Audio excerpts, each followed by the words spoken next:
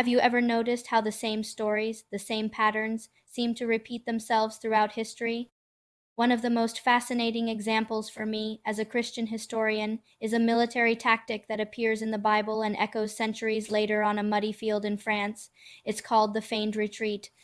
And it is a powerful lesson in how what looks like weakness can actually be a setup for an incredible victory. Let's go back to the book of Joshua, chapter 8. The Israelites had just suffered a humiliating defeat at the city of Ai. They were demoralized, but God doesn't just tell them to try again. He gives them a specific, clever strategy. He instructs Joshua to set an ambush. The main body of the Israelite army is to march toward Ai and then pretend to be defeated, to turn and run. The plan is to lure the king of Ai and his army out of their fortified city, leaving it completely vulnerable, and it works perfectly. Joshua's soldiers act their part, pretending to flee in panic.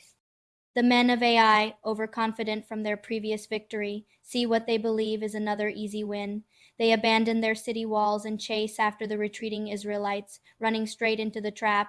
While they're distracted, a hidden force of Israelite soldiers, who had been waiting in ambush, sweeps in and captures the now empty city. It was a brilliant move, not of brute force, but of divinely guided wisdom. They turned perceived weakness into a decisive triumph through obedience and discipline.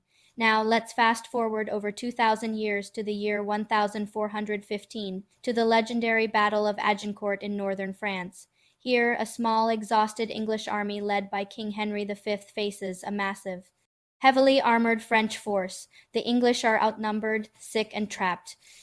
On paper, it looks like an impossible situation, much like Israel's initial position at Ai. But what happens next is remarkable. The English archers, famous for their longbows, began the battle. But instead of just standing their ground, the English line slowly, deliberately pulled back. It wasn't a panicked retreat. It was a strategic withdrawal. They drew the arrogant French knights forward, deeper into a narrow, rain-soaked, muddy field. The heavily armored French cavalry got bogged down, their greatest strength becoming their greatest weakness. They saw the English falling back and, just like the men of Ai, assumed it was a rout. They charged forward in a disorganized mess, right into a deadly storm of arrows from the English longbowmen, who had repositioned to devastating effect. From Joshua's ambush at Ai to Henry's archers at Agincourt, the principle is the same. An enemy, blinded by pride, mistakes strategic patience for fear. They chase what looks like an easy victory and run headlong into their own destruction. As a historian who believes in a sovereign God, I don't see this as a mere coincidence. I see it as a timeless lesson woven into the fabric of human events. It teaches us that true strength isn't always about charging forward. Sometimes it's about patience, discipline, and trusting in a plan that others can't see.